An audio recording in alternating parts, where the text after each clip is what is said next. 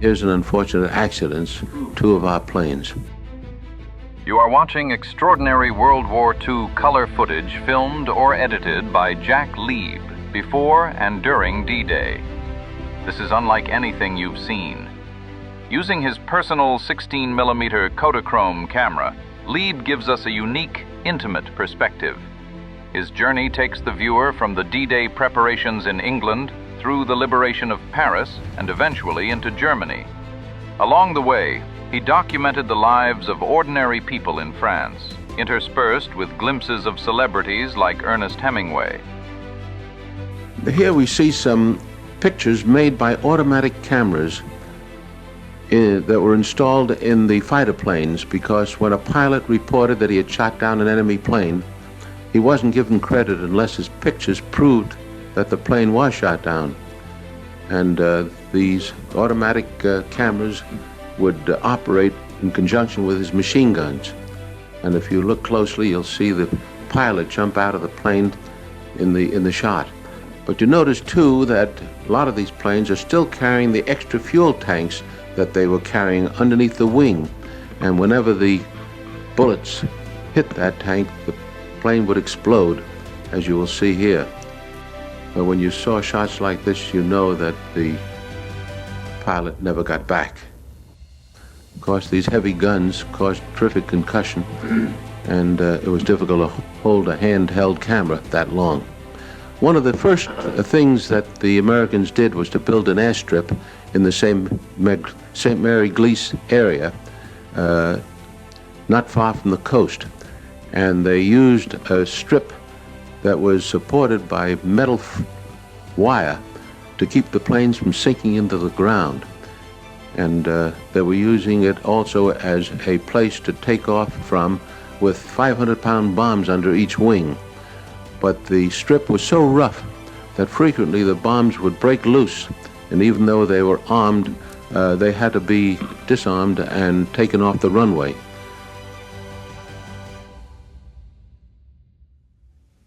These are P-47s that they were using here, and there's one carrying a bomb under each wing to attack the enemy deep in behind the lines. You notice these two planes taking off at once, raising considerable dust, but managing to get off a very short runway. And here you notice a plane, you notice the buckle under the wheels. This sometimes caused the mesh wire to break and come up and hit the plane's propeller, causing it to crash before it left the ground.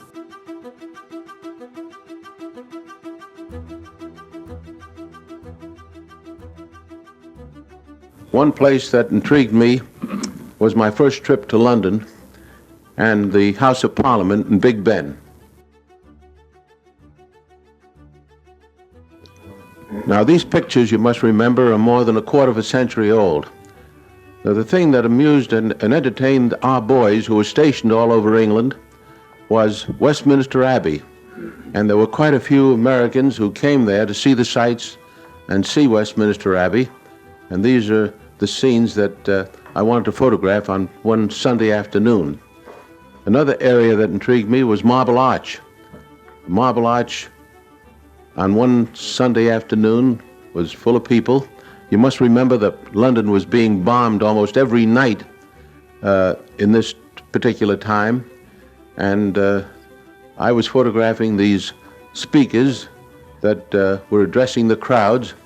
Every speaker was speaking on a different subject, but the police stood around and watched, and as long as there were no arguments, any strong arguments, nobody was hurt. And the people in the audience were arguing back with the speakers. But these were just typical shots of how we passed the time waiting for D-Day. Most of the children who lived in England, or a great many I should say, were sent out of the city. But a lot of them had to remain behind. But in spite of a war, they managed to find entertainment.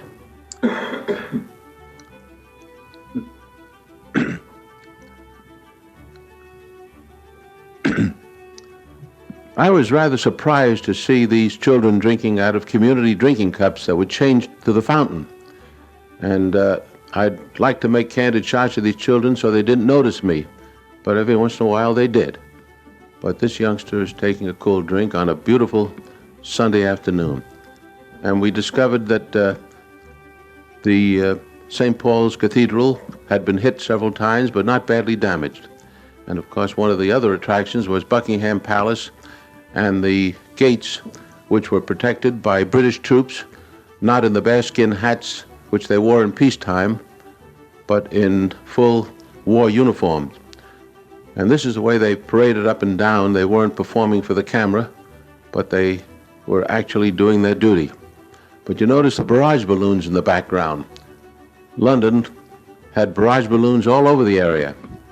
And it was said that if it wasn't for the barrage balloons, with all the equipment that was being brought into the country, that the islands would sink into the sea, but the barrage balloons, they said, was holding it up.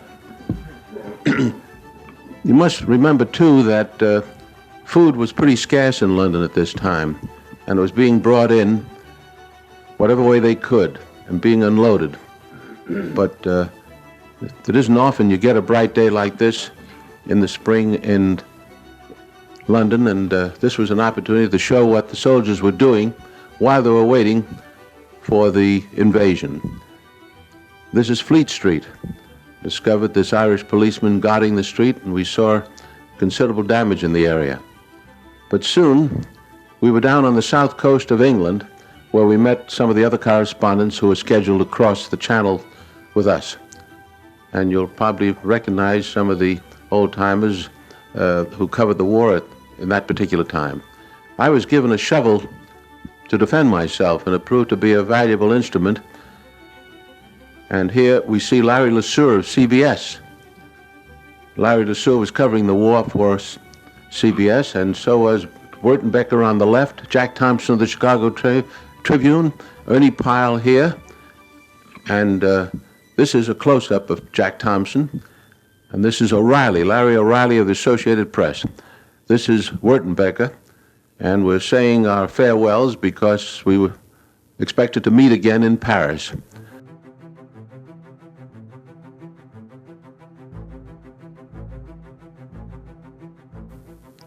Here on the left we see Clark Lee of INS and Bill Stoneman, who came from Chicago, from the Daily News, and several other of the correspondents were being boarded aboard a military truck to be taken to the south coast. And we went through small British towns, and life was going on as usual. The people were in the marketplace buying food, and as though nothing was going on. But after a 150-mile ride, that's how we felt riding in an Army vehicle. We found Plymouth was pretty badly damaged. A lot of the buildings were completely destroyed, but this was found all over the area.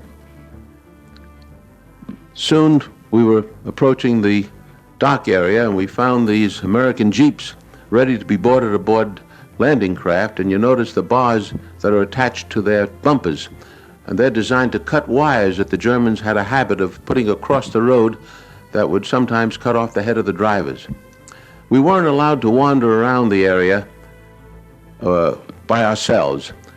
Each crossroad point was under guard of both an American and a British soldier. And if they wanted to see what you had in your bedroll, you had to show it to them. But this is the care that was taken that the secret of the invasion be kept as long as it could.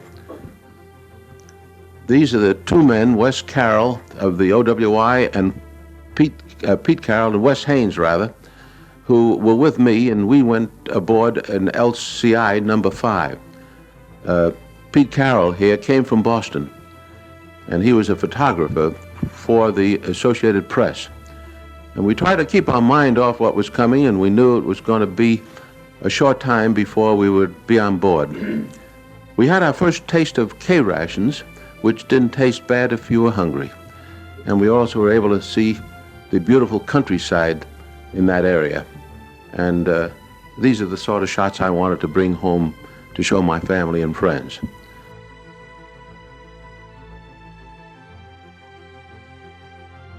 Pete Carroll was using some of his film to make a few shots himself. And soon, we were down at the docks. And there we found units of the 101st Airborne Division carrying everything they could carry by hand, boarding landing craft that were so heavily laden they had to be pushed off the docks by trucks, as you see in this manner. And these men were being taken out to larger craft and boarded for the invasion. And here we see several units carrying grenades, bazookas. They didn't have an opportunity to load this aboard jeeps that were not fully available at this particular moment. We were aboard a fleet of LCIs, and here shown with the commander of the invasion group in the center, and the captain on the right, rather the captain of our ship, Lieutenant Patton, was in command of the LCI number 5, and we found out that he participated in several invasions in the Mediterranean area, and we felt rather confident that he knew what he was doing. But we stayed aboard this ship for almost 5 days. This is the commander of the squadron. I remember Lieutenant Patton's name well because we were with him for so long. Wes Haynes was trying to get ready for the trip into Paris. I think he was premature. And these are units of the 101st Airborne Division aboard our landing craft, amusing themselves. And I don't have to tell you who this man is imitating. He was a Notre Dame football player at one time, and I was told later on that he was killed in the action.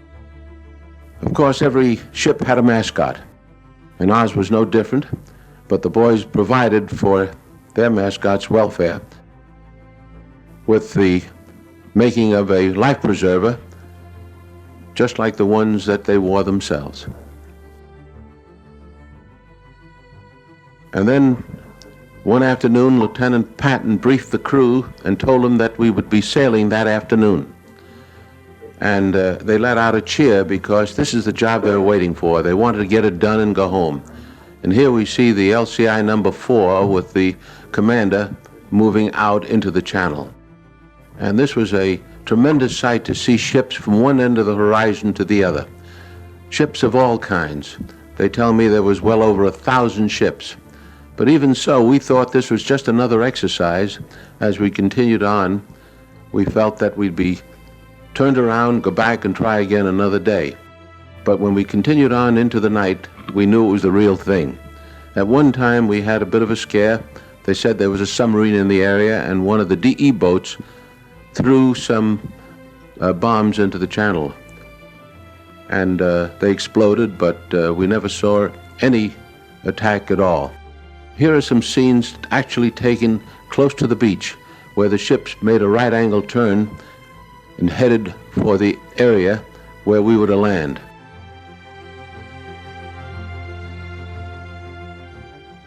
That is a DE boat in the distance. And of course, we were on the alert for any kind of attack, even airplane attacks. Fortunately, our Air Force did their job well, and at no time did I know of a German attack, except after we had landed, 2 planes attempted to strafe the beach. And I happened to be in the area. Now, these are some scenes that I took with my camera that was reduced to 16 millimeter. This particular scene of these men going ashore was taken by an automatic camera aboard a British landing craft. And they were the first men to land. The reason it was taken by an automatic camera was because they wanted to have a record of what happened should the landing fail. At least they might have a record, if they were able to recover the film, of what happened and how to avoid it if they had to try another attack. But here are some scenes landing on the Utah beach, and this is the way we went ashore. This is, again, is at the British beach, but you notice the men didn't dash ashore after being aboard a landing craft for 5 solid days. They just walked slowly and cautiously, fearful of bombs and mines that were sown in the area. You notice they had their rifles wrapped in cellophane. But this is the way we had to go ashore. And I needn't tell you that a lot of the boys didn't make it. Here is Pete Carroll and Wes Haynes carrying our own equipment, and the ship is grounded on the beach. The section of the beach we were on was being attacked by enemy fire, and in the previous shot you could see a bomb actually land not too far from where we were. There it is again. And the bulldozers were trying to clear roads to let our jeeps and tanks move forward. And even though it was June, the area was quite cold, as it usually is in that part of Normandy. Of course, the men dug their foxholes a little deeper, and we had the good fortune of finding a concrete wall which helped serve as protection. But even now, we're taking some of our wounded back to the beach so they can be transferred back to England. But when the tide went out, the ships could not come in close, or those that went aground had to wait for tide to be refloated if they weren't hit. We stayed on the beach the first night and lived in a foxhole, and soon we showed some of the first prisoners taken in the area late the first day, who were captured close to the beach and were sent back to England because there was no room to keep them there. This is our first command post, where General Collins on the left is talking to some of his officers, and we were able to get some of the first hot food at this place, and I didn't realize how hungry I was until I saw these pictures. There's Larry LeSueur again and Bob Landry on the right. Bob Landry was covering the war for Time and Life. And although it kept me very busy for 8 solid days, I used up all the film I had and decided to go back to France to get some more and probably to get a bath. I hadn't had my clothes off during that entire time. And my landing at England took place at a place near Bournemouth. It almost looks like the cliffs of Dover that everyone is familiar with, but it was a beautiful sight to see the coast of England and know that I could get some rest after a while. But didn't realize it at that time that the buzz bombs would start coming over, and here we see some of them flying over the English coastline. And these buzz bombs were a terror weapon. They didn't know where they would land, but the British were quick to set up machine guns and anti-aircraft fire to knock them out of the sky, and they managed to shoot down quite a few. They even sent planes up into the sky to knock them out of the air. And of course, sometimes they did get through, and where they fell, they caused considerable damage.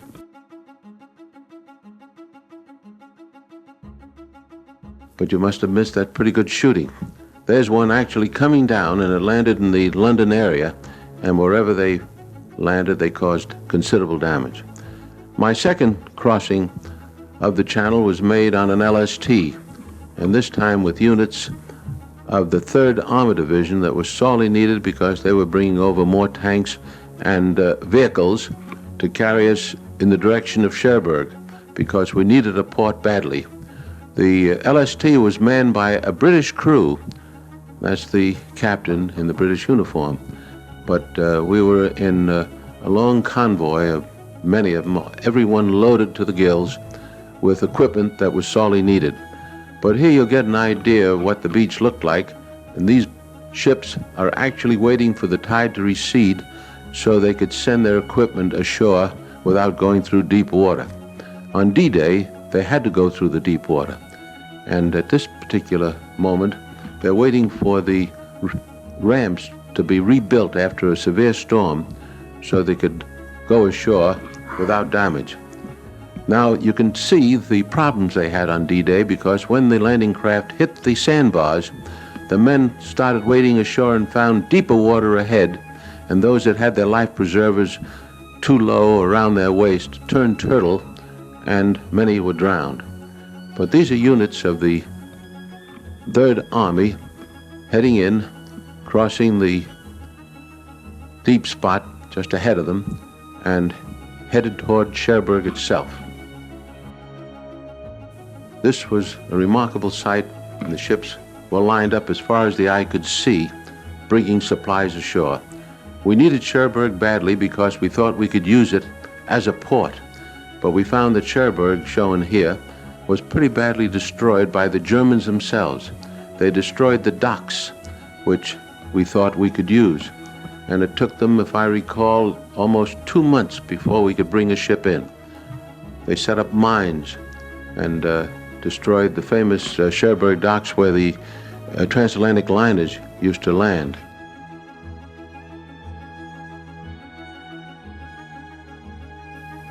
They not only destroyed the docks, but also the inland bridges that crossed the rivers that entered the Cherbourg area, the canals. This is one of them was destroyed by the Germans.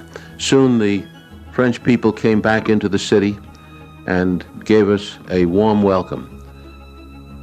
And soon we found the prisoners, and I think they took something like 16 or 18,000 men out of the Cherbourg area, and they're still holding their personal belongings, marching toward the beaches because they had to be transported to England and some eventually to the States to be held in prisoner of war camps.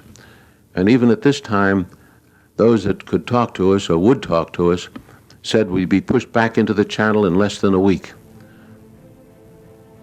Of course, at every headquarters area, we found that the Germans had a picture of Herr Hitler, and our boys are using it as a pinboard. But the Americans had a way of amusing themselves. Now here is the first official ceremony held in France when General Collins on the right presented the tricolor flag made out of parachute cloth, seen here, to the mayor of Cherbourg, who was holding the microphone. And our boys of the 7th Corps were given clean uniforms for the occasion. And soon the people that came back to Cherbourg after the fighting stopped came to visit with us and talk to us.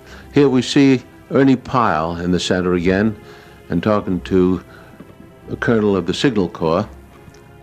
And this is Bert Brandt, who we saw earlier shooting for AP. There's Cecil Carnes and John McGlinchey. And here is, oh gosh, 25 years has done a lot to my memory. But the troops began to move in the opposite direction to attack the enemy on the St. Lo line. And we were passing through the city of Valognes, and of course it was completely destroyed. I was there several times since the war, and it's been rebuilt beautifully. But the Germans tried to make a stand here, and wherever they did try to make a stand, we had to knock them out, and in so doing, destroyed the city. A little later on, I had an opportunity to see the construction that was built by slave labor. And all along the beach, especially in the Normandy area, as well as other areas, they built these triangles. Many of them had mines attached to them so that if a boat touched them, they would explode. And I was told after taking this walk that I should be very careful not to step where the ground is soft. This is a church in Barfleur.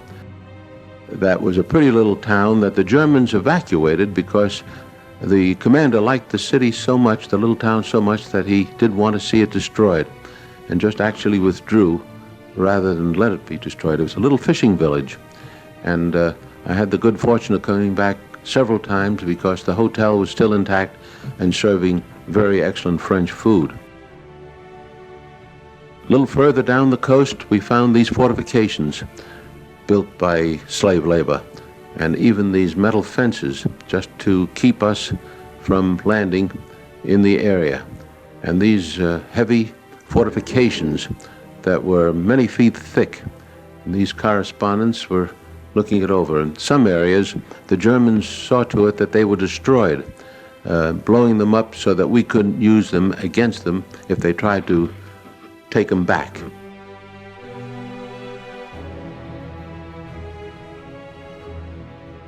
They even destroyed their own weapons, but we noticed that the walls and fortifications were very thick and very strong.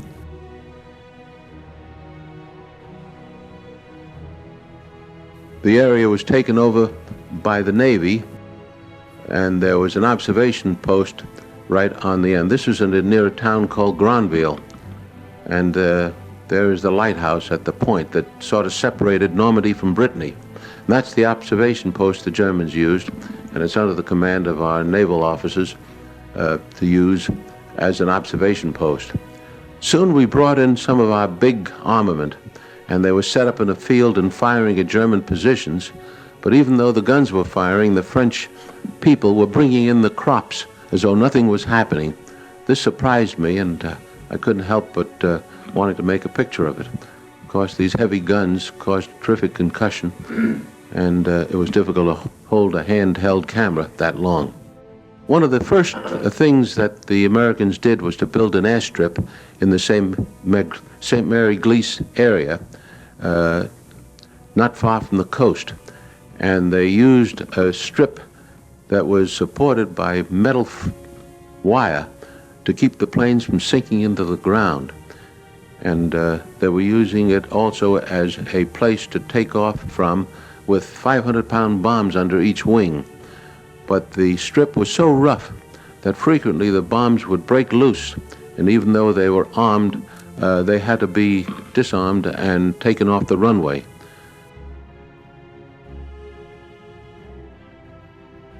These are P-47s that they were using here, and there's one carrying a bomb under each wing to attack the enemy deep in behind the lines. You notice these two planes taking off at once, raising considerable dust, but managing to get off a very short runway. And here you notice a plane, you notice the buckle under the wheels. This sometimes caused the mesh wire to break and come up and hit the plane's propeller, causing it to crash before it left the ground. And here's an unfortunate accident, two of our planes.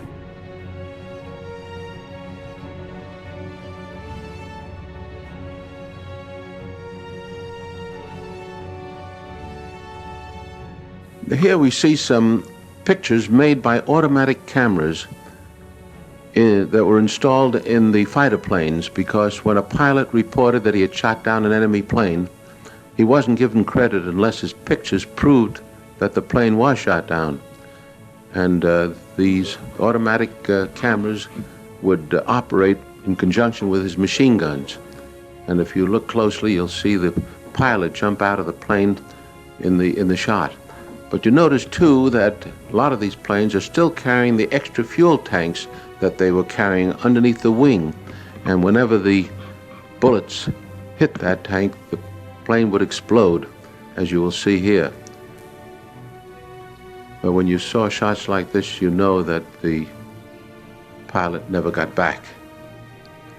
One of the highlights of our trip across France was Mont Saint-Michel. Mont Saint-Michel was on a river that separated Normandy from Brittany. And here we met some of the other correspondents. This is Bob Capper of Time magazine, and I know there's a member in the audience who knew Bob Capper. And Bob Capper was eventually killed. He was covering the war in Indochina when the French was fighting. But at Mont Saint-Michel, we found the Poulard Hotel, run by Madame Poulard. And the reason we liked the place is she served some delicious omelets for which she was famous. And that's Madame Poulard and a famous hotel in the background. And a lot of the correspondents gathered here to fight the war from this point because we were closer to the front line, if you could call it such, than we were at our main bases. And there we see the river that separates Normandy from Brittany. This is a beautiful little island, and the building at the top is a monastery that was still intact. It was not destroyed at all. And here are some of our GIs looking over the sights of the monastery, being shown around by a woman guide.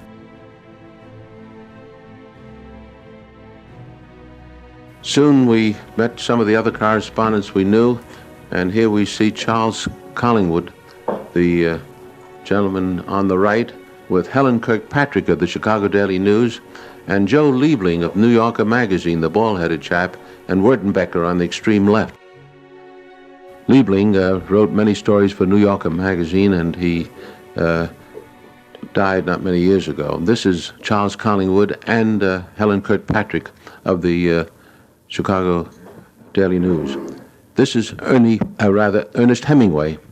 Hemingway was covering for Collier's magazine, and we met him at Mont Saint-Michel. Here he is seen talking with Bill Walton, who incidentally became a fast friend of President Kennedy.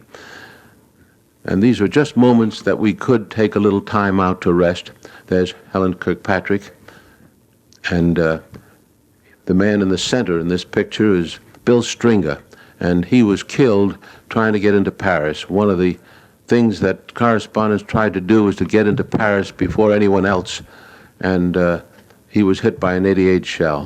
But this is just a moment of relaxation. We had a few, and of course, these are the shots I wanted to bring home to the family and friends. But the little island was very quaint, and it was a very old place, but it was fortified in several ways. We discovered that the beaches in the area, especially when the tide was out, would be high and dry, and they put those sticks in the sand to keep our planes from landing. We found a little family of 3 brothers, and even the tall blonde one was a boy, I found out later, because their grandmother was taking care of them. Their parents, I was told, were killed at the Battle of St. Lo.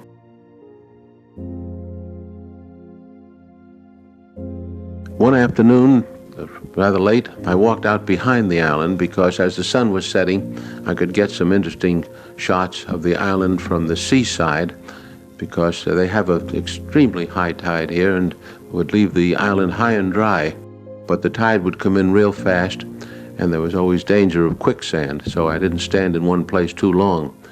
But the receding waters left this unusual design in the sand.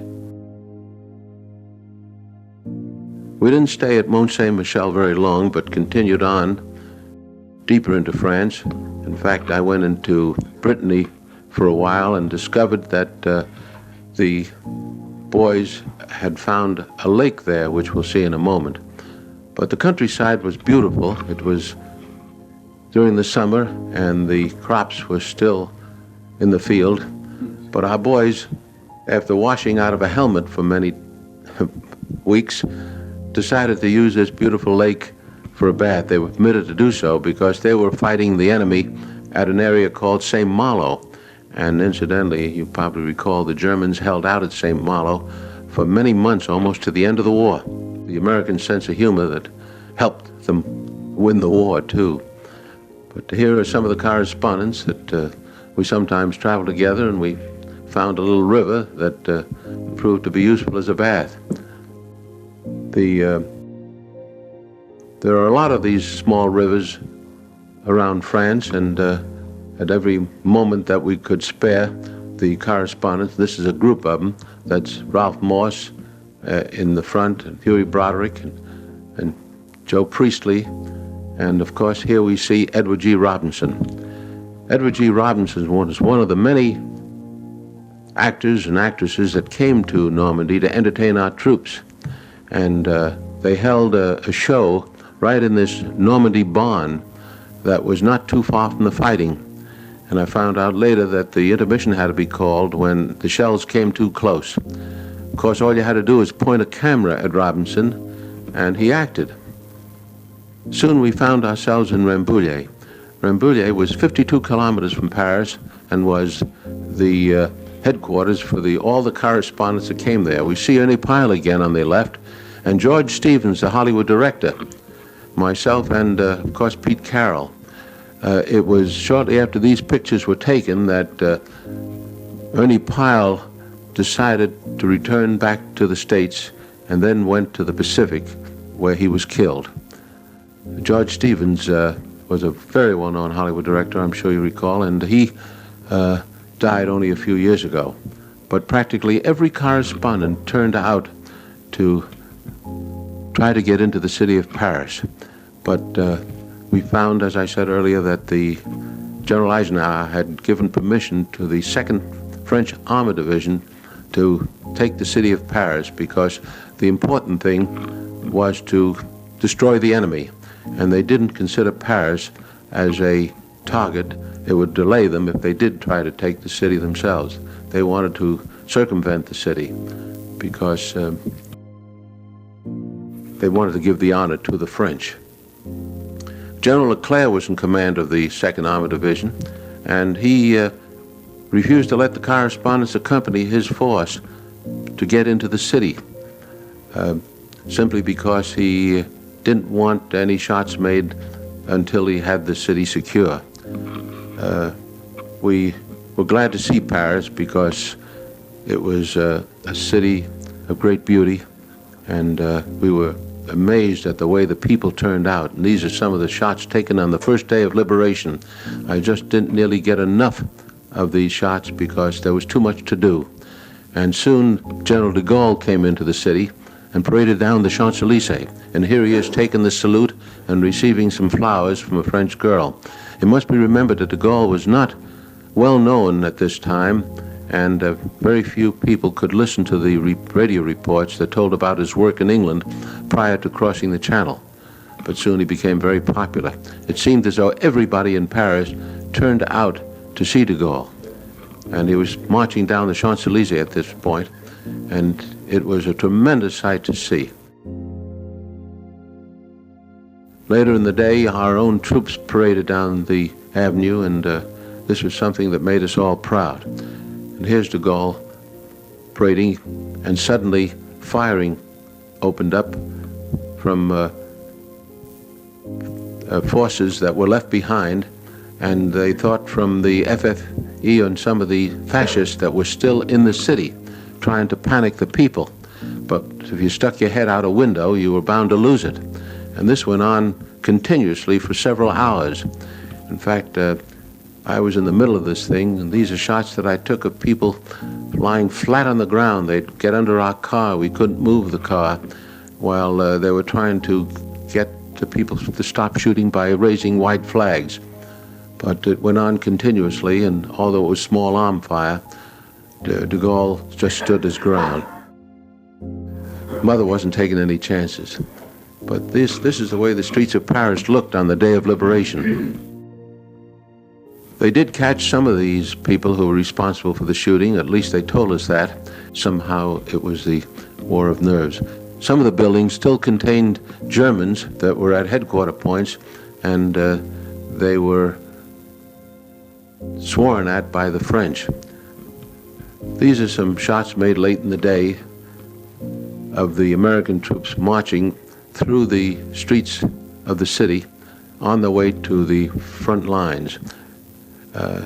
Wherever we stopped, the French were there to trade champagne for cigarettes and to talk to us and find out what was going on. We were able to see the city. It wasn't badly destroyed. There was some small arms fire. The lion lost his tail, but generally speaking, all the bridges were intact over the city, and this is the Opera House. And since it was my first trip to Paris, I enjoyed seeing the beautiful city of Paris. Soon the people of Paris were out parading again along the Champs-Élysées with their newfound liberty. We discovered that the Eiffel Tower, which was reported destroyed and used for arms, was still intact. And soon I managed to get permission to go up into the Eiffel Tower and see what it looked like from up above. But there was much to be done, and even though Paris looked beautiful, conditions were very poor. The railroads were practically destroyed. There was no way of bringing in food. In fact, when we were coming down the road, we saw large trucks waiting to get into the city, loaded with all kinds of foodstuffs to support the city, which was in dire need not only of food, but of coal, because at this time it was getting pretty cold. It was late in the year, and there was no way of getting supplies in.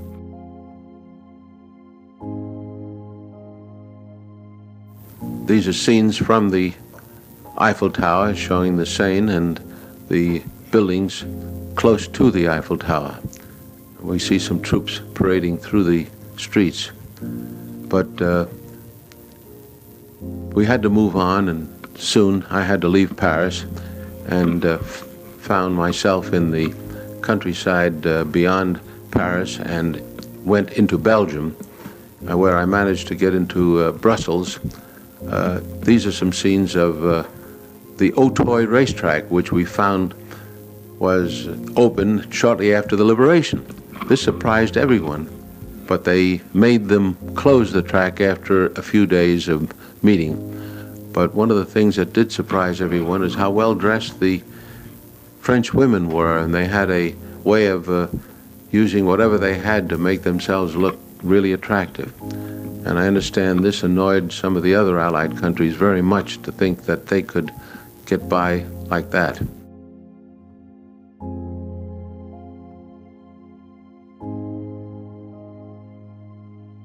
They even opened up the art galleries along the streets, and we didn't know whether they were permitted to do this prior to our getting there, but they certainly opened up for business very shortly after we arrived.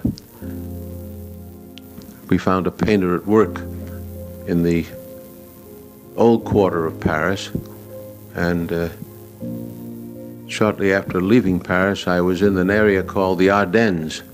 And the reason I took some of these shots of the countryside, because the weather was turning cold and the trees were turning their fall colors. And this is the town of Houffalize, which was completely destroyed on the breakthrough that occurred and the attack on Bastogne. I was in Bastogne just a few days before the breakthrough and was fortunate enough to get out of there, not knowing about the attack, but I did think that this was a place that the enemy could hide troops, and they did. That's General Collins again, talking to General Morris Rose, who was in command of the 3rd Armored Division. This is General Rose on the left. General Rose was killed in Cologne. It was an unfortunate happening because they thought they had the place protected, but there were some enemy troops in the area, and he was shot. These are units of the 3rd Armored Division that were fighting the enemy, and we managed to get some shots of them as they were being entertained by German children. We had a tremendous reception all the way across France, but when we got to Germany, the reception was not there. All the homes in the German area had white flags in front of them as an indication, of course, of surrender. And the children here were actually on their way to school, and children everywhere look cute, and they're holding their ears because our guns are firing not far away, and they were just trying to avoid the noise. We found the Siegfried Line, as it was called, or the Dragon's Teeth, which were built again by slave labor, I'm told, and they were not a fortification against our tanks because our bulldozers took dirt and pushed it over the top of them and rode right over the top. But we found these fortifications stretched out from one end of Germany to the other, because somehow they felt that we'd perhaps get to Germany, and they were trying to keep us out, but they didn't succeed, of course. The war was moving rather rapidly at some points in Germany, and soon I found myself in the town of Aachen. Aachen was under fire when these pictures were taken. That's the reason the scenes are devoid of people. There were mortar shells passing over our heads all the time, and the enemy was holding the center of the city as we were making these shots, and we were just wondering how long the battle would take, and we discovered that the troops were just down behind that mold or that wreckage in the distance, and soon we discovered that these reserves were just a block or two behind the front line, and they were waiting to be called in. I was told later on that the captain you saw in the picture a moment ago, somebody in the audience knew him and said he was killed in the action that took place shortly after that. Well, after Aachen, I was invited to fly home, and this is something I was glad to be able to do, because here we see some of the cemeteries that were built on the Normandy beaches, above the beaches, and these are scenes of Berlin showing the tremendous damage that occurred in the city.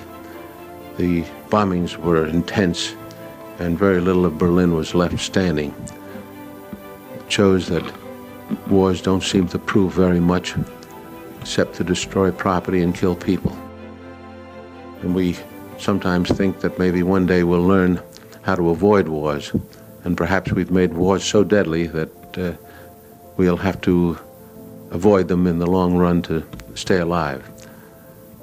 Soon I was able to photograph some of the events when General Eisenhower came back to the States and was greeted in Kansas City. These shots were made with a telephoto lens at quite a distance. Then I was able to visit the collection of some of the weapons the Germans used just after the invasion. This is the V-2 rocket that followed the V-1s. The V-1s were a terror weapon, and the V-2s were certainly the same, but that was the first time they used rockets, and they were able to shoot them great distances. The V-1s, and I heard many of them come overhead, were like a motorcycle engine, and whenever the motor stopped, it would cause the bomb to drop. The Germans had jet planes in the air before the war ended. And here is one that they actually used, and it showed a record of many American planes, and if you notice, 42 Russians were shot down by this plane before it was captured by our side. And in this exhibit, we see one of the Japanese kamikaze bombs that was on exhibition, and one of our pilots is trying it for size.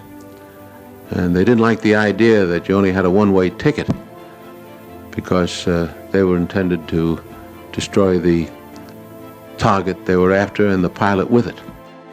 This plane, I was told, was built by the enemy to bomb New York, and it could fly the ocean and back, and they appropriately named it Alles Kaputt.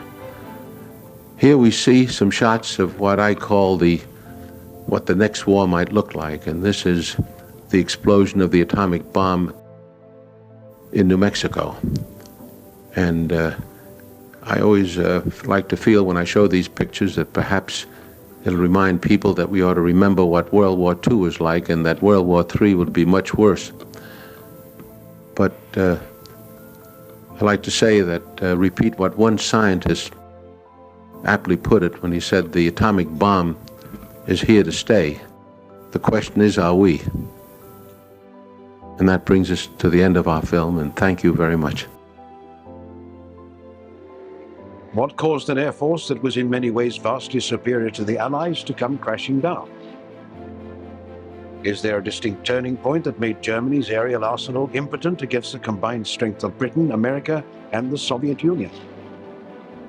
For the first time ever, put yourself right in the middle of the debate as we try to solve the greatest arguments in the history of aviation. What caused the Luftwaffe to fail?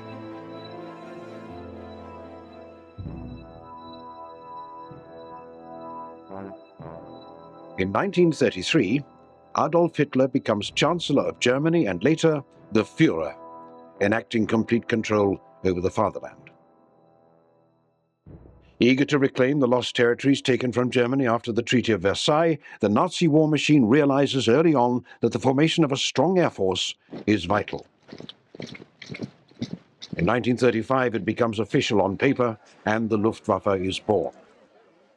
The man put in charge of this department is Hermann Göring, a prominent ace from the Great War. Goering was a World War I fighter pilot. He was not interested in technology. He said something at one point, he said, well, this device is a box with coils, and I don't like boxes with coils. He's still had this sort of, well, if you're courageous and brave, you don't have to worry about technological gizmos. In building this new air force, the Nazis possess many advantages that other nations do not, including a first-class aircraft industry, symbolized by the names Messerschmitt, Dornier, Heinkel, Junkers, and Focke-Wulf. Brilliant engineers capable of taking aerodynamics to a whole new level, and a highly educated population that can build aircraft on a mass scale. By 1938, production rises to over 5,000 planes. 1 year later, that figure soars to over 8,000, a testament to the importance Nazis place on the doctrine of air power. What the Germans were trying to do was to employ new machines, new technologies, but to employ them in the service of a very, very old way of war that had served them well in previous conflicts and they felt would continue to serve them well in the future. I think this sets the Germans somewhat apart from neighboring countries in the 1920s and 1930s in that They are not truly looking ahead as much as they are looking back to their old traditions and grafting new technologies onto them. Before war is declared in August of 1939, Germany's aerial arsenal is impressive to say the least. Ready to go is the Me-109, a superior single-engine fighter, the Junkers 87 Stuka, a terrifying dive bomber, the Heinkel 111 and the Dornier 17 Flying Pencil, two top-of-the-line medium-range bombers. This, in addition to the largest air transport industry in the entire world, exemplified by the Junkers 52, a workhorse that will be at the centerpiece of the German offensive. Even with all these phenomenal aircraft, a key ingredient is missing, as is often noted by Second World War historians: the absence of strategic bombers. This void does not go unnoticed in 1935, when General Walter Wever, realizing their importance, enthusiastically supports the building of long-range aircraft to battle any potential enemy, most likely the Soviet Union. General Walter Wever was promoting what he called the Urals bomber. He believed that the industrialization, tanks, planes, etc., that was going on in the Urals area had to be demolished if you were going to win a war against Russia. Wever writes, "Air power carries the war right into the heart of enemy country from the moment war breaks out. It strikes at the very root of the enemy's fighting power and of the people's will to resist." Yeah, Walter Wever was very much in favor of this long-distance bomber to try and bomb Russia. And that actual project was given the name of the Ural bomber. Wever actually then put specifications out to both Dornier and Junkers for the building of this long-range bomber. Out of this came the Dornier 19 and the Junkers 89. But neither of these aircraft had the performance that was currently available in the United States of the B-17 Flying Fortress. So therefore, neither of those airplanes really progressed very far beyond a couple of prototypes. Dying due to a plane crash in 1936, his doctrine epitomized by the Dornier 19 and the Junkers 89 are scrapped by Goering. Goering, I think, didn't go along with this because he rather took the view that Hitler had, that they could win by blitzkrieg, and they wouldn't be required to get into this lengthy process of using heavy bombers. Inquiring as to how many twin-engine planes can be made for every four-engine one, the answer given to him is 2.5. The Field Marshal's response is that the Führer does not ask me how big my bombers are, but how many there are. It is important to note that the decision not to build long-range bombers cannot be considered a failure. For Germany, the raw materials needed to build such planes would require large amounts of rubber, metals, and fuel, all of which would have to be imported for a hefty price. Of the 4,500 tons of aluminium needed per month for aircraft production, only half is available during the Wever era. The Air Force that he and others envisioned was simply uneconomic at the time. What truly represented the German way of war is instead a tactical Air Force. The German war of movement attempted to defeat as much of the enemy army as possible within the opening weeks of fighting. So the tactical level of fighting for an individual position, and then the operational level of attempting to defeat an enemy army. But arguably, Germany had never been very good, and this would go back to Prussia before it, at the kind of long-term strategic planning that the Allies were so skilled at in World War II. Arguably, this was because the Germans felt they had to win all their wars quickly or they would not win them at all, and that attempting to play strategic warfare with the vast economic and industrial resources of the United States was a losing game from the start. Working closely with those on the ground, the Luftwaffe is wildly successful as the Second World War begins. Poland is easily demolished. Norway is taken away from the British effortlessly. The Low Countries and even the power of France cannot resist German might during the year 1940. It appears that nothing can stop Nazi forces from gobbling up the continent of Europe. Certainly the Luftwaffe played an extremely important part in the opening German victories of World War II. And when we say opening victories, we don't mean the first 6 months, we mean the first 2 years, in which it looked like a German victory was very much in the offing. The German Air Force was very skilled at the tactical level, that is cooperation with the ground forces. It was extremely successful at the operational level of war, the intermediate level, that is carrying out campaigns against enemy supply lines, for example, feeding troops and men to the front. With the fall of France, Britain is the only nation standing in the way of this German juggernaut. In order to finish off the rebellious island nation, a plan known as Operation Sea Lion is approved. It calls for the Luftwaffe to achieve air superiority over the English Channel. Once this is completed, German forces will be deployed onto British soil. However, during this pivotal battle, the Luftwaffe is dealt its very first aerial defeat. Primarily through the use of Spitfires and Hurricanes, the English are able to push back German planes from the coast of Britannia. While this monumental struggle ensues, we discover one of the Luftwaffe's greatest failure, its lack of coordination with the Kriegsmarine. Goering said, everything that flies is mine, and bitterly fought against any attempts by the German Navy to get a hold of a piece of the air action. When they wanted long-range aircraft assigned to them, Goering, actually, Dönitz went behind Goering's back directly to Hitler, and I think got a dozen of the Focke-Wulf Condors assigned to him. Goering, when he found out about this, was furious and actually cut off all cooperation with the Kriegsmarine at this point.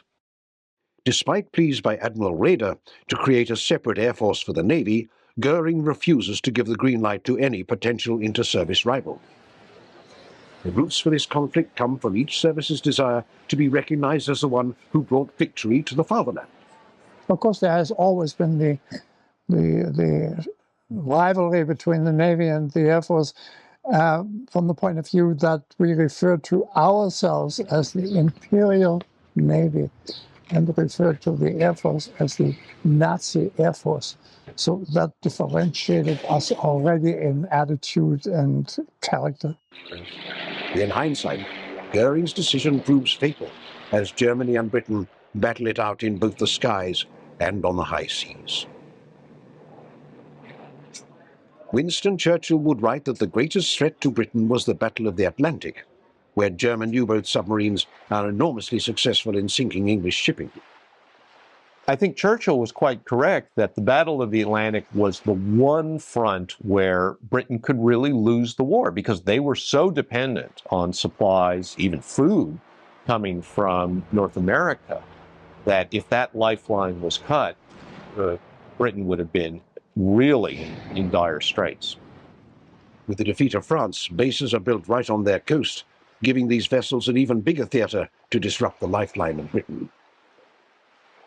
Had aerial forces worked closely with these U-boats, or if a separate naval aviation wing was created, it would be a game-changer in Germany's war against Britain. Proof of this can be seen in the Focke-Wulf 200 Condor, an aircraft that, despite its limitations, is excellent in attacking English ships. With no more than a dozen planes, they successfully sink 85 merchant vessels and over 300,000 tons of shipping. When the Germans started to deploy a fairly small number of the Focke-Wulf 200 Condors to attack Allied shipping, they were able to have really a devastating effect. Also, had the new invention of a magnetic mine been dropped by Luftwaffe planes into the English Channel, its enemy could have been starved out of the war. This marks the first major failure of the Luftwaffe. It was our common complaint of us, the little people, let's say, that there was no coordination whatsoever between the German Navy and the German Air Force. With a stalemate on the Western Front, Germany decides to keep the British at bay and instead focus attention on their ally, the Soviet Union. Enacting a war plan known as Operation Barbarossa, some 3 million Nazi soldiers equipped with rifles, tanks, and planes begin the biggest land assault in history. Using less than 3,000 aircraft, a force smaller than that utilized in the battle against France, Germany is miraculously able to push back Soviet forces to the suburbs of Moscow. The decision to launch Operation Barbarossa exposes the Luftwaffe to its second major failure: the lack of maintenance and repair on the ground. When a German aircraft is damaged, it is sent back to the fatherland for repair. When fighting a relatively short and tactical war against France, this particular system works fairly well. When fighting a long, drawn-out war of attrition against the communists, however, it proves to be a gigantic blunder. In the Soviet Union, with the fighting taking place far away from the major cities of Germany, the time it takes engineers to repair a damaged aircraft and have it sent back to the front is enormous. And by 1941, less than 30% of the Luftwaffe's airfields are operational, a fact that is almost inconceivable when taken into account that Germany is fighting a two-front struggle. As Field Marshal Erhard Milch would reflect after the war, the vertical organization in 4 territorial determined Luftflotte commands was grossly inadequate for launching a war well beyond the borders of the Third Reich. The attack of June 22, 1941 would in retrospect be a catastrophic mistake. For those like Goering, men who had never fought on the Eastern Front during the First World War, they would grossly underestimate the Soviet will and the industrial capacity of a regime thought to be so backwards by Hitler. Moving its factories far beyond the Ural Mountains, they are out of range of German bombers. The ghost of General Weber comes back to haunt the Luftwaffe. After the Japanese attack on Pearl Harbor, Germany declares war against the United States. Before this decision is made, Hitler shrugs off any suggestion of a possible American threat in the form of an arsenal of democracy. In declaring war, Hitler foolishly adds yet another enemy to the Third Reich's list, one with a production capacity that is unparalleled. With 2 oceans separating America from the fighting, its people can go on producing without the threat of bombardment. Britain would have hauled the flag down long ago if it had not been for America's support, one field marshal said.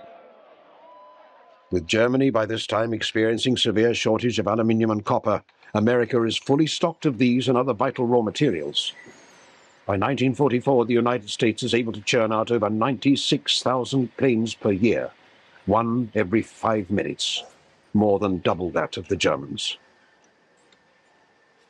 Before this catastrophic decision is made, it is important to note that by 1940, even Britain, with its shipping being torpedoed at an unprecedented rate, is outproducing Germany in aircraft. The British are able to improvise, and as a result produce outstanding planes like the de Havilland Mosquito, an aircraft made from plywood. In contrast, by 1941, with Nazi forces engaged in a two-front war, total production is just over 11,000 planes, a yearly increase of only 3,000 from when the war began.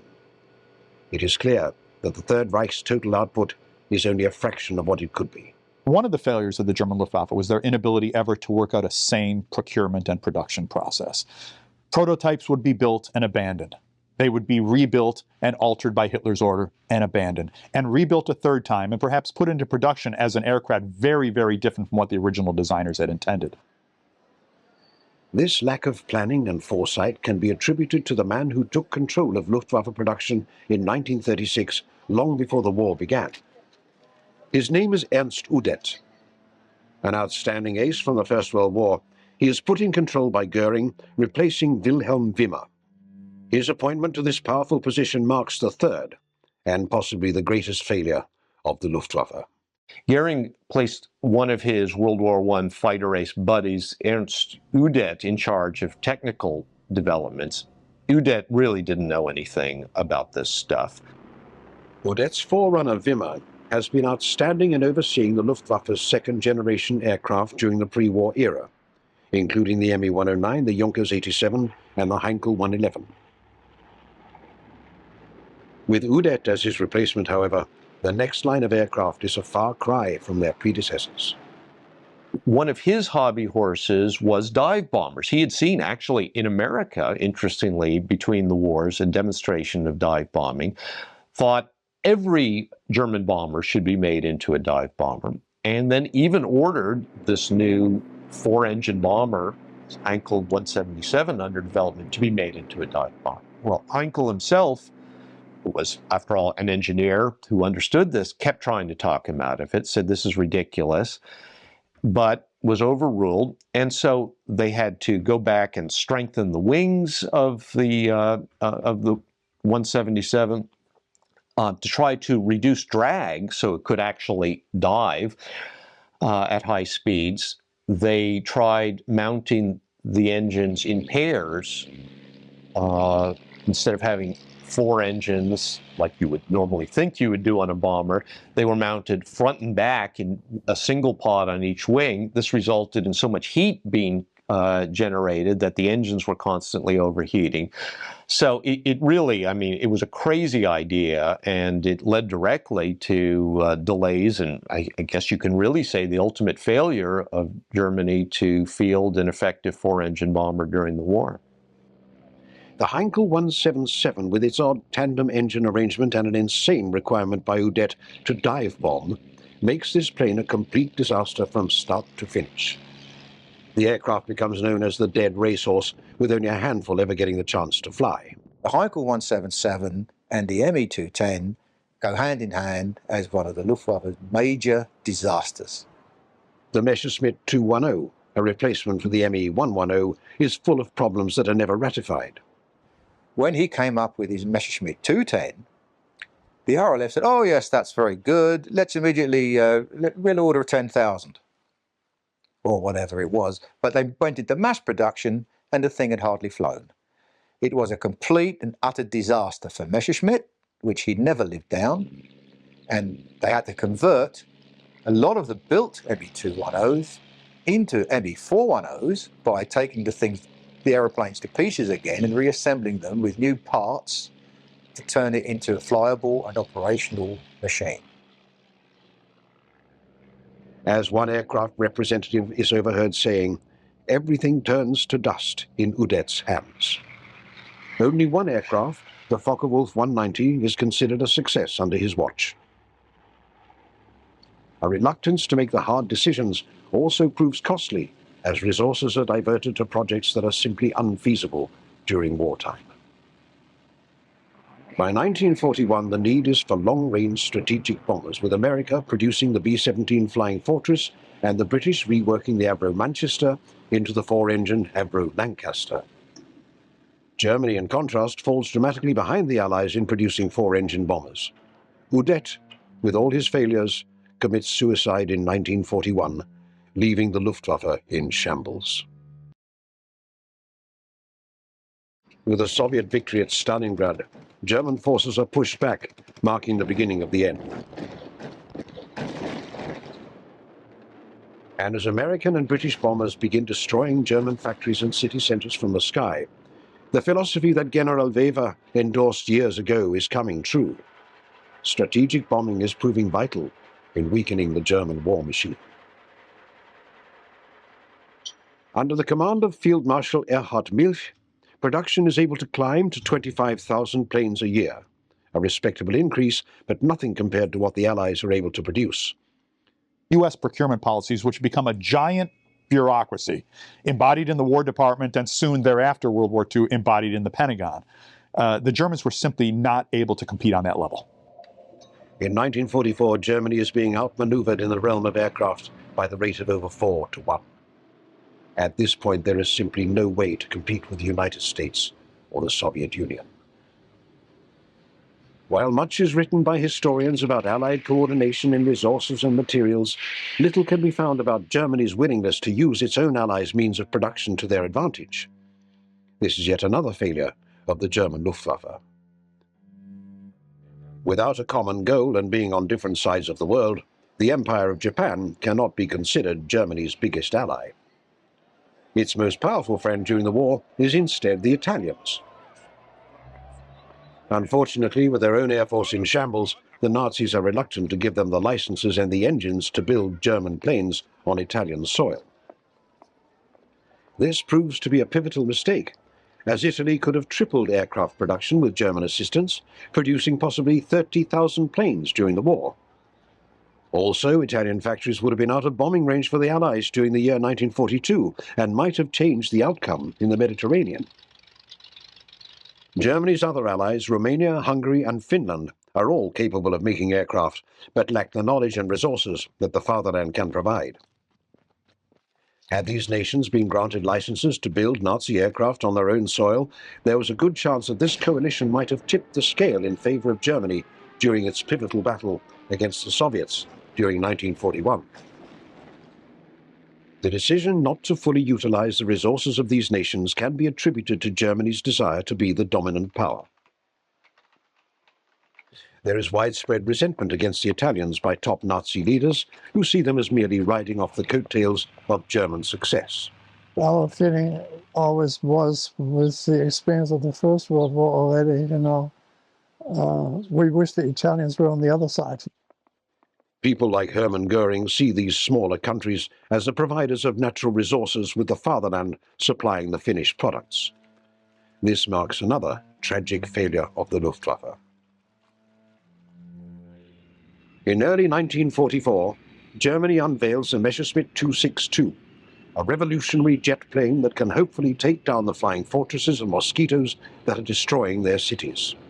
Later on, of course, they produced the world's first production model, general use jet aircraft in the form of the Messerschmitt 262, the Me-262. The Me-262 as a pure fighter was an amazing sight to see, and in fact, anyone looking at it today is still struck by the modern and sleek lines. Now, the Me-262 was, in my opinion, I've stated this many times, the most formidable aircraft of World War II. The Me-262 is years ahead of its time, symbolizing the fatherland's creativity and innovation. In many ways, however, the Me-262 also symbolizes Nazi indecision. Unfortunately, the Me-262 got caught in a very, very arcane and difficult procurement process within Germany, wherein basic designs were put forward by competent engineers. They were then changed by upper echelons within the Luftwaffe, and of course they had to pass the Hitler test. And no aircraft passed the Hitler test without being significantly modified. The Me-262 is no exception. After Professor Messerschmitt tells Hitler that the aircraft can carry up to 1,000 kilograms of bombs, Field Marshal Milch, in a fit of rage, tells the Führer that even the smallest infant can see that the 262 is a fighter, not a bomber. After months of wavering, the plane goes ahead as a fighter-bomber, taking the sting out of what could have been a ferocious punch. They may possess this wonder weapon, but have few men that can fly it. This becomes the Luftwaffe's final failure, its pilots' lack of training. During its heyday, Germany's finest were given approximately 250 hours of flight time before being sent out to face their enemy, considerably more than the British. And with the Second World War going exceedingly well during 1940 and 1941, the Luftwaffe arrogantly minimizes its training program, figuring that the war will soon be over.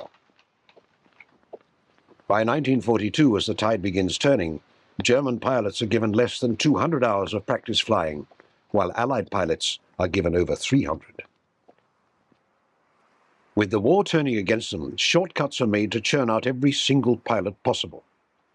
Despite this augmentation, by 1944 the average training time drops to just under 100 hours. In some cases, just a quarter of what P-51 Mustang and P-47 Thunderbolt pilots were given. With air superiority lost over German soil, it becomes a turkey shoot for American and British aviators as they begin gunning down Me-109s and Focke-Wulf 190s with ease. At D-Day, in the final planning, the head of Allied Tactical Aviation was asked, well, what are we going to do about the German fighters? He said there aren't going to be any German fighters over the landing beaches. And he was essentially right, because they'd been wiped out by that. The decision not to build a pilot training infrastructure like its enemies causes the Luftwaffe to run desperately short on experienced men. So by the time planes like the Me-262, the Arado 234 jet bomber, the Me-163, a rocket-powered interceptor, the Dornier 335 Arrow, the fastest piston-engine plane of the Second World War, and all the other revolutionary aircraft that could have been the difference maker on both fronts, it is a case of too little, too late. The defeat of the Luftwaffe can be attributed to its lack of direction. With the war going in Germany's favor, Hitler, Goering, and Udet were blinded by a false optimism. The tactical war doctrine that they favored initially was being replaced by a long, drawn-out strategic war that they were ill-prepared for. The arrogant nature in which they brushed off the industrial power of the United States and the Soviet Union. The mismanagement of their own country's aircraft industry on a grand scale, and the lack of infrastructure, production, and training during the Second World War's most decisive years would cause the Luftwaffe to write its own epitaph.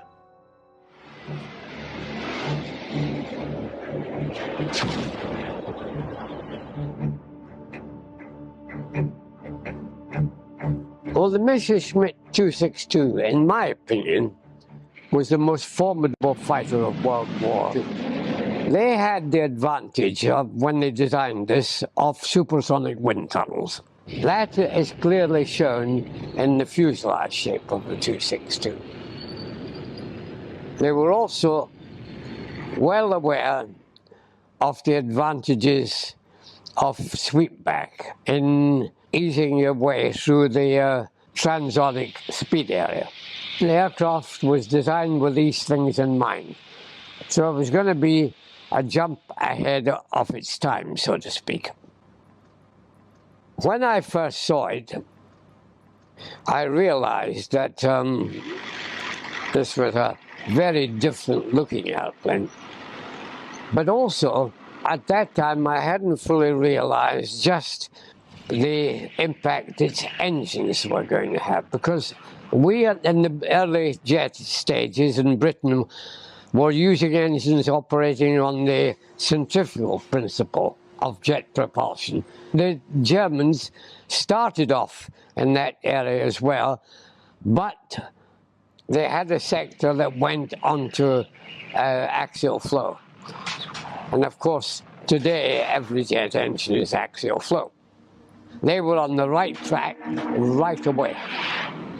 But having said that they're on the right track, I must divert for a minute, because was it the right track at that time? I worked closely with Frank Whittle, who was invented or developed the jet engine. And I knew he knew all about the axial flow engine. I said to him, Frank, why have we gone centrifugal when the Germans are going axial? And he said, because in the early stages of jet propulsion, I want to give our Air Force an engine that is simple and reliable.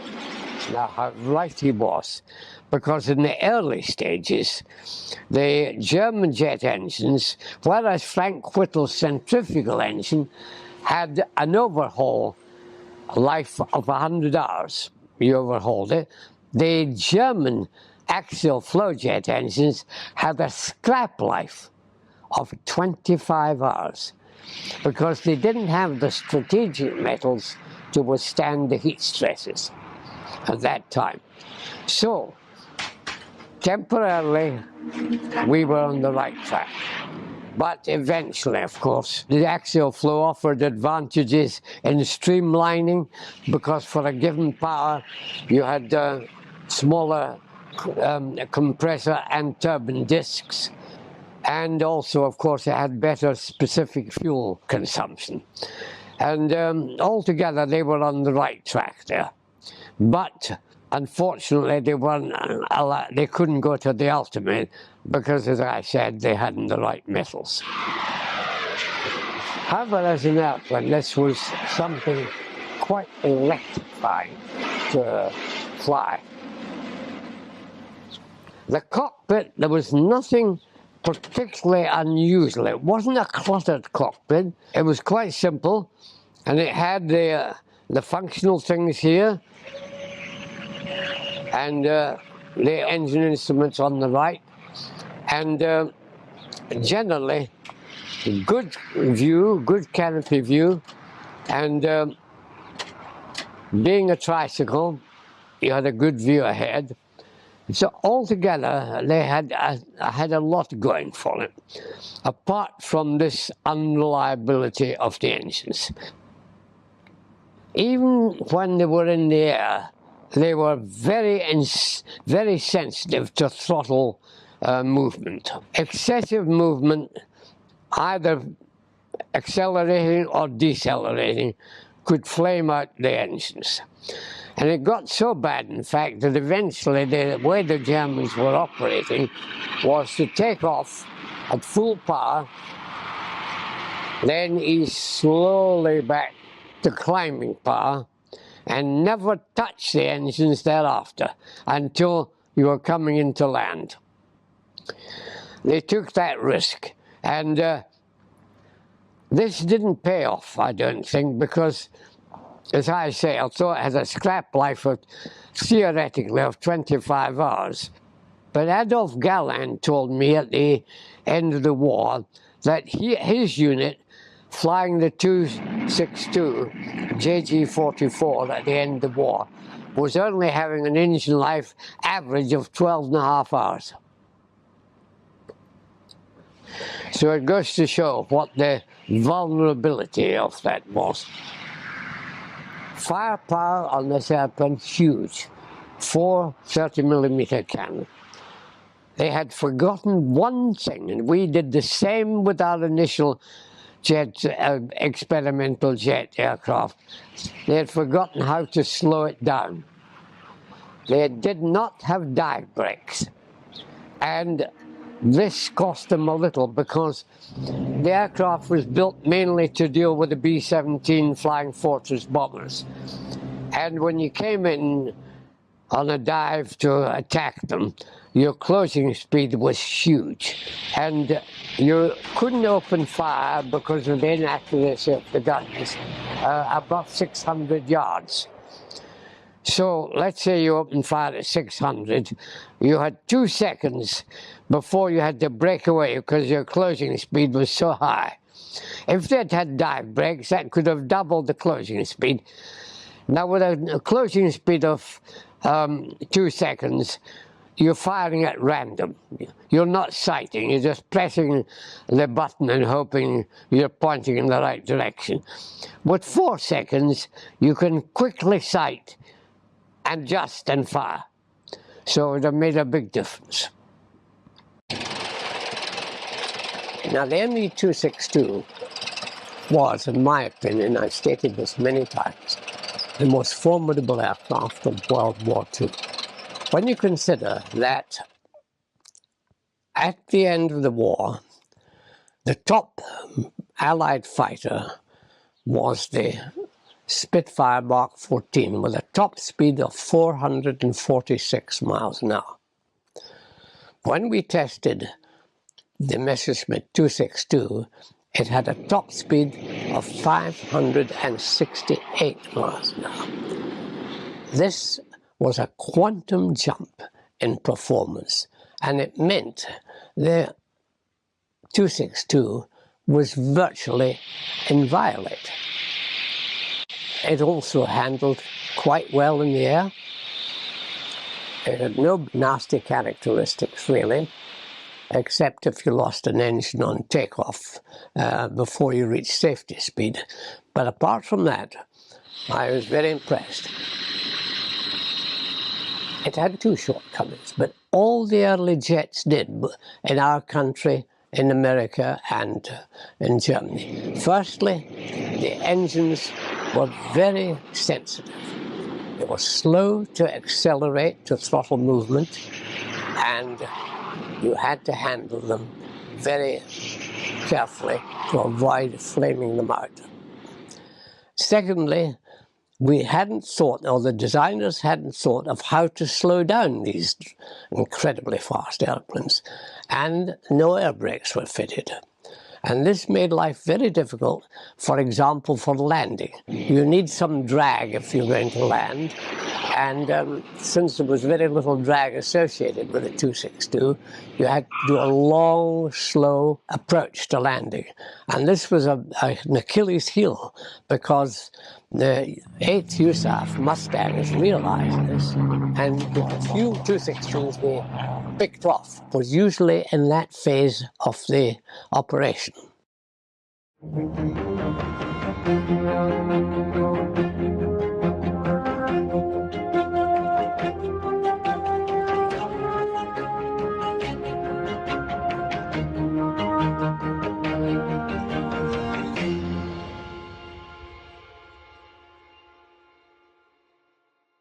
Of the 3 great airplanes I think the Germans produced in the war, I would say the Ju-88, the Focke-Wulf 190, and the Me-262 were the 3.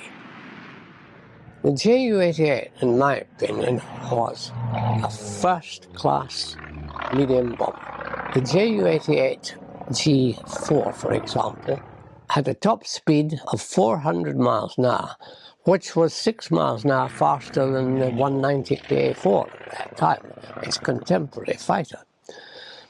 So it was a formidable airplane.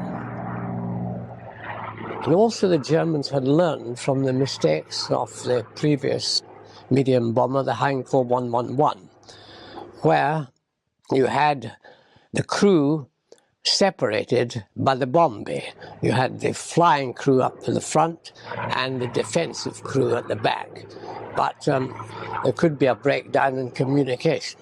And also, there could be a breakdown in morale if you have the two separated.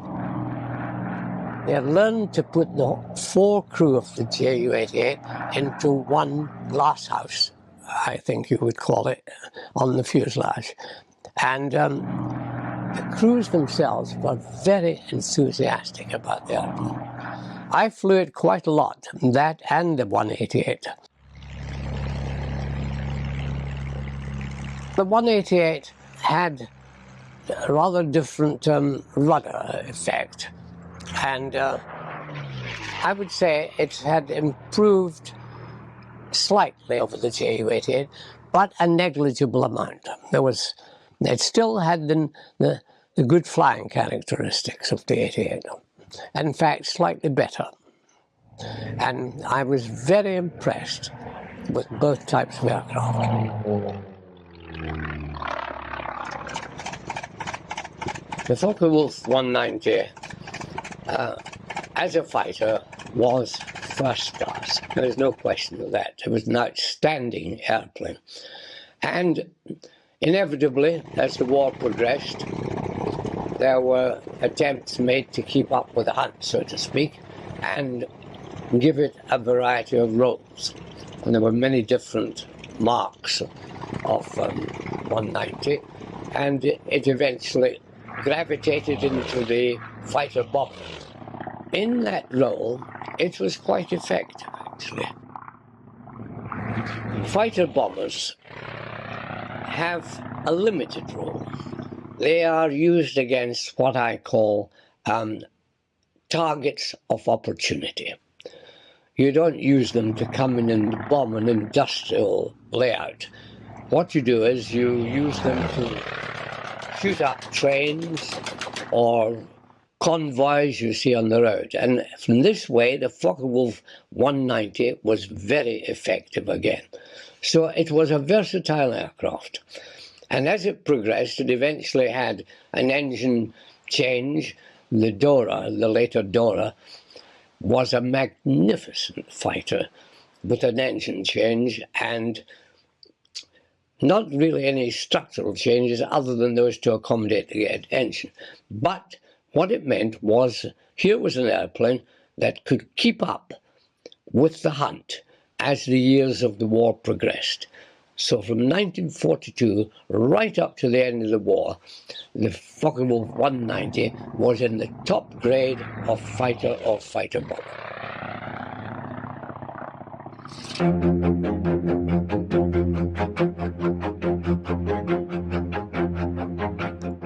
The The next series of films highlights the development and testing of the Me-163B. The B model was the ultimate version of the Me-163 line. This was the actual combat version of the aircraft.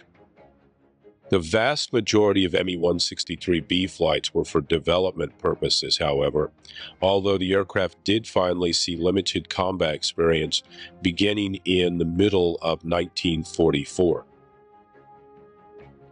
You'll note that there are significant shape differences between the Me-163B and the earlier A model and the DFS-19 before. The landing gear is substantially more robust on the B model than it was on the earlier A model. Here we can see a couple of ground crew members wrestling the jettisonable takeoff gear into place. We can also see the extensible landing gear as well. The Me-163B was a much larger aircraft than the earlier A model, where a pilot could easily just flop over the side of the canopy sill on the A model. A ladder was required for access to the cockpit on the B model. As the canopy closes, we can see an air vent at the leading edge of the canopy. You'll note also that the canopy is hinged to the side on the B model, whereas on the A model it was hinged to the rear. Here we see the servicing cart for the turbine being rolled away from the aircraft. There was a turbine inside the Me-163B which drove the fuel pumps for the T-stuff and C-stuff propellants that powered the Walter rocket motor. We can catch glimpses of the extensible tail wheel at the aft end of the Me-163B in some of these shots. This has changed from a tail skid on the A model. On the early B models, this tail wheel was unfaired. In some of the later B models that we will see later in this film, a fairing is constructed around that tail wheel to improve aerodynamic efficiency. As with the earlier members of the Me-163 family, including the DFS-194, climb performance for the B model was simply outstanding. Again, the aircraft was capable of climbing from a standing start to roughly 40,000 feet in 3 to 3.5 minutes. While the aircraft's performance was remarkable, this performance has to be balanced against the fact that it took a long time to prepare an Me-163B for flight. Unlike conventional combat aircraft used by the Luftwaffe, such as the Focke-Wulf 190 or the Me-109, you couldn't simply scramble an Me-163 to meet an oncoming threat. After the aircraft came to a stop, clearing it from the airfield was a major challenge, and a device was created to do that, the German name of which I won't even begin to try to pronounce. This device had airbags that were inflated under the wings of the aircraft, lifting it off the ground and enabling it to be removed from the field. It was later replaced by a device that used rigid arms instead of inflatable airbags. In these head-on shots of an Me-163B, there's a couple notable things here. First is the propeller at the very nose of the aircraft. This was used to drive a small electrical generator, which would be used to power instrumentation and radios on board the aircraft. Also visible in those shots, just above the well for the landing skid, was a small hole where a tow line could be attached. Most Me-163 flights of all members of the series were done in an unpowered mode, glide flights, generally using an Me-110 as a tow aircraft. Landing skid failures were fairly frequent with the Comet. The landing skid was hydraulically extended, and frequently that hydraulic system would fail. The next series of shots are going to give us some wonderful views of some of the interesting details on the Me-163B. Here, very noticeable is a flap, an undersurface wing flap that is partially extended. Note that those flaps fit onto the surface of the wing and are not recessed into the wing. Also notable here is the extended tail wheel. Note that this is a later Me-163B and that it has the fairing on the tail wheel. In just a moment, we're going to get some very good shots of the aft end of the aircraft. You can see here that smoke is still pouring from the nozzle of the Walter rocket engine. We mentioned earlier that the takeoff roll was especially difficult for ME-163 pilots. In addition to just the sheer length of the roll, directional stability was a problem during the early portion of the roll before the rudder became effective. A device called the Strahl rudder was tested on both the A and B models that would fit into the exhaust of the Walter rocket engine to give the pilot a bit of additional directional control during the early takeoff roll. Here we see the airbag version of the aircraft transporter in use. The next sequence of shots is especially fascinating because it gives us some glimpses of some of the more significant figures in the history of the ME-163. The woman in this photo is Hannah Reich. She was a prominent test pilot in Nazi Germany, a personal friend of Adolf Hitler, and she had campaigned heavily to be given the opportunity to fly the ME-163. The tall gentleman with sunglasses and a protective overcoat on is Heinrich Dittmar, who was one of the early test pilots very closely associated with the ME-163 program. We'll come back to the story of Hannah Reich in just a moment. Here we see some footage showing testing of a motor on an ME-163. A couple things are notable here. First, there's a protective cover that's been placed on the aft edge of the rudder. You can also see in several of these shots Mach diamonds in the exhaust plume. That's indicative of the supersonic flow coming out of the engine.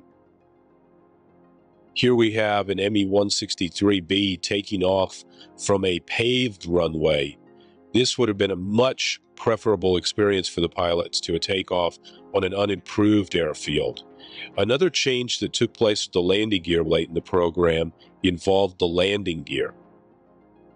The early landing gear used on both the A and B models was rigid with no suspension. Not only were the takeoffs hard on the pilots, but they were hard on the aircraft as well. So eventually, shock absorbers were built into that takeoff gear to protect both the pilots and the aircraft itself. Here we have an ME-163B on tow behind an ME-110 tow aircraft. Most ME-163 testing and training occurred not under rocket power, but on towed flights. Let's move back to the story of Hannah Reich in the ME-163.